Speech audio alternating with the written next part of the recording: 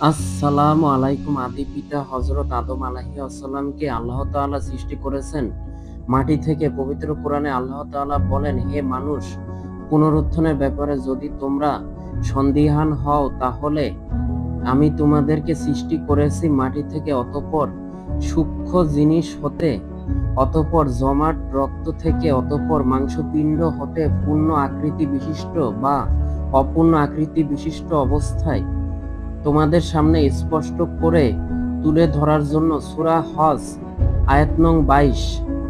এই আয়াতের মাধ্যমে বোঝা যায় মানুষ নামের প্রজাতির সূচনা হয়েছে আদম আলাইহিস সালাম থেকে। তাকে সরাসরি মাটি থেকে সৃষ্টি করা হয়েছিল এবং তারপর পরবর্তী পর্যায়ে সূক্ষ্ম জিনিস থেকে মানব বংশের ধারাবাহিকতা চলতে থাকে। যেমন অন্য আয়াতে বলা হয়েছে, মানুষের সৃষ্টি শুরু করেন মাটি থেকে, তারপর তার বংশধারা চালান একটি নির্যাস থেকে, যা বের হয় তুচ্ছ পানির আকারে।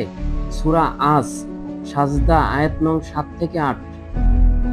জান্নাতে আদি পিতা হযরত আদম আলাইহিস সালামের সঙ্গী ছিলেন আদি মাতা হযরত হাওয়া আলাইহিস সালাম। তাকে কিভাবে সৃষ্টি করা হয়েছে এ ব্যাপারে মুহাম্মদ ইবনে ইসহাক বলেন, আল্লাহ তাআলা ইবলিসকে অভিশপ্ত করার পর আদমের প্রতি মনোনিবেশ করলেন। আদম আলাইহিস সালামকে তন্দ্রাচ্ছন্ন করা হলো এবং তার বাম পাঁজর থেকে একটি হাড় নেওয়া হলো আর সে স্থানে গোশত সংযোজন করা হলো। তখনও আদম আলাইহিস সালাম ঘুমিয়েছিলেন। তখন হাড় থেকে তার স্ত্রী হাওয়াকে সৃষ্টি করা হলো এবং তাকে যথাযথ রূপ দান করা হলো, যেন আদম আলাইহিস সালাম তার কাছ থেকে পরিতৃপ্ত থাকেন। যখন তন্দ্রাচ্ছন্ন কাটল এবং নিদ্রা থেকে জাগ্রত হলেন, তখন হাওয়া আলাইহিস সালামকে তার পাশে বসা দেখলেন। সাথে সাথে তিনি বললেন, আমার গোশত, আমার রক্ত ও আমার স্ত্রী।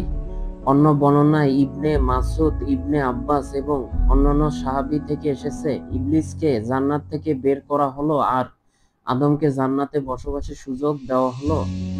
কিন্তু তিনি জান্নাতে একাকিত্ব অনুভব করতে থাকলেন। তারপর তার চোখে ঘুম নেমে এলো।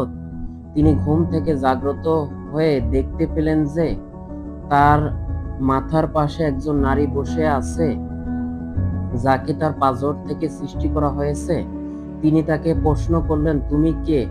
বললেন, আমি একজন নারী। আদম আলাইহিস সালাম বললেন, তোমাকে কেন সৃষ্টি করা হয়েছে? বললেন, যাতে তুমি আমার কাছে প্রশান্তি লাভ করো।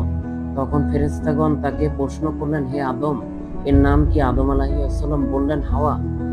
তারা বলল, তাকে হাওয়া কেন নাম দেওয়া হলো? তিনি বললেন, কেননা তাকে জীবিত বস্তু থেকে সৃষ্টি করা হয়েছে। তাফসিরে ইবনে কাসির প্রথম খণ্ড ২৩৫।